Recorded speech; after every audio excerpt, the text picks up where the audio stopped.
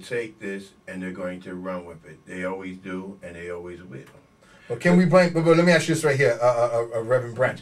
Can we blame the media behind this? Because they ran with everything else. They ran with the Don Imus. They ran with the William Bennett comment. They ran. So should we blame the media for this right here episode? The media, it sells. All right. Okay. Now let's keep the bottom line is the dollar. All right. Okay. Now the point is that a statement was made. Let's get on. Let's move on. Let's go ahead and get this man elected. If we're going to get him elected, get him elected. My thing is, we should be talking. I agree with Mr. Gore here.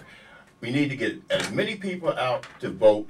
We need to get beyond this issue and concentrate on the issue that's at hand. We have a chance as a people to make history. Yes, we do. And it's time for us to come together as a people.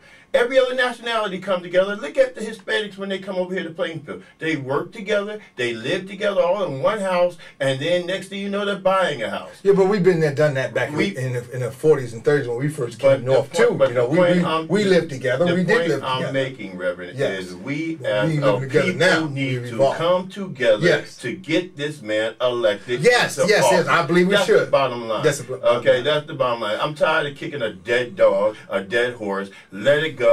Move on. It's over. It's done. Let's go on to the next stage. Reverend Branch, I hear where you at. I hear where George Gore is. And I understand. But you got to understand this right here also. Is that, you know, like I can move past, I believe it was the New York Magazine had that, I think it, whatever. They had Obama wife handing him a M16 to join hands with Bin Laden. And everything, and they depict her in the afro, not the what do you call it? Angela Davis. Yeah. They depict her like that, handing them, and I can forgive them. But you got to understand one thing: when you take this sacred covenant and you are a reverend, and then you're a civil rights leader, on top of it, you've said some things that motivated people. Now you're turning on your heels. So then when we say that the young and old don't work together, then, you know, it's hard for me to bridge a gap and say, okay, I'm going to work with George going, and then for the people to believe that because of the player hating that's going on. You know, Reverend, I'm going to put it this way. Go ahead, land it. As one reverend to another reverend. Keep hope alive. And this is something that a lot of people fail to realize about preachers. Preachers are human beings. That's right. We true indeed. Our job is to rightly divide the word of truth. That's right. And I say that to say this because somebody told me this back in January, and it was my own cousin, and I had a habit of saying, "And please," right. And you know, he told me, he said, "Listen, you're a reverend. You're held to a higher standard." That's right. Than that, and people tend to take that. You say that at the wrong time, at the wrong place. People tend to take it and then take it the wrong way. Sure. And then what happens is at that point in time, he took me into his computer. He pulled up the website, abolished the word. Right. And when I saw some of the views, some of the clips that they had on that website, sure, it made me start becoming very conscious of what that word actually means. Yeah. You know, and I agree. We need to, as a people, we need to stop. We need to abolish the word. The rappers, they need to stop using that word.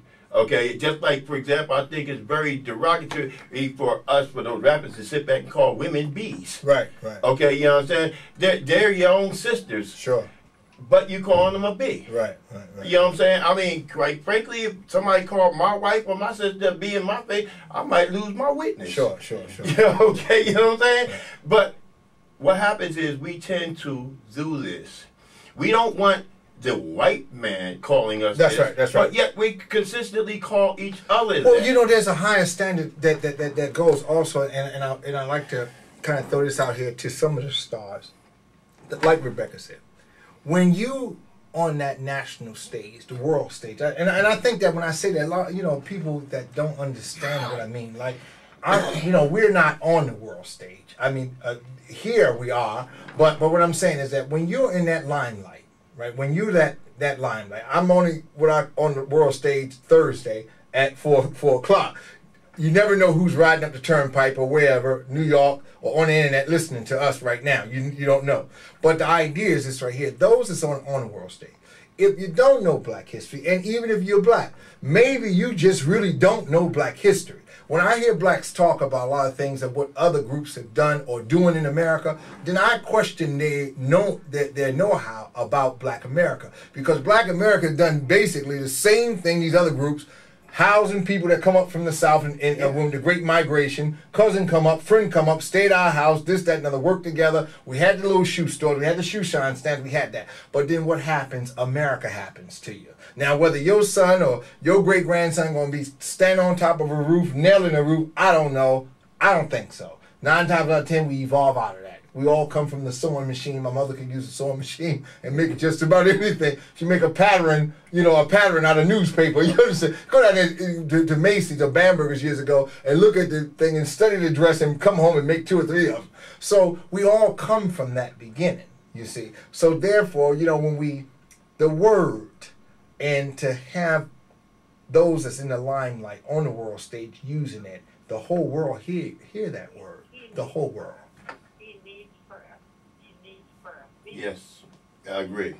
He needs somebody to pray for him worldwide, not just in the U.S., but worldwide, to pray for him. Because for him to use this kind of derogatory words, I find it very offensive. And he needs to really get with himself and realize that the word reverend means a lot. For me to say you're a reverend, you must be pure and pure. Everybody has a cause no matter what, but this is a zero tolerance. But you need to pray for him. That's the only thing that's going to help the whole situation is prayer. You have that as an issue. You pray for him, you move on. What we need to do is not be trapped up in a media frenzy. Sure. Where that becomes the focus, and we take our eyes off what the focus should be. If you look at the what was the other minister's name? Jeremiah Wright. Jeremiah Wright. And Jeremiah Wright basically threw Obama up under the bus when it was all over and done with. That's right. Okay? Because Jeremiah Wright was selling a book.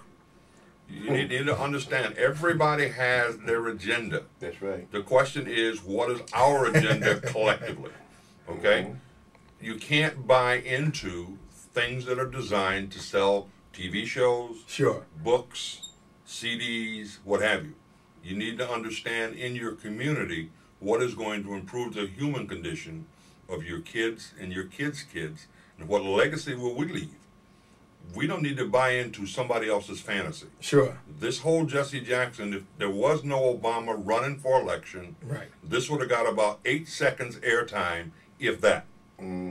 Okay? But because Obama is running, okay, and because Obama looks like Jesse, okay, then they said, oh, let me throw this over to the black community.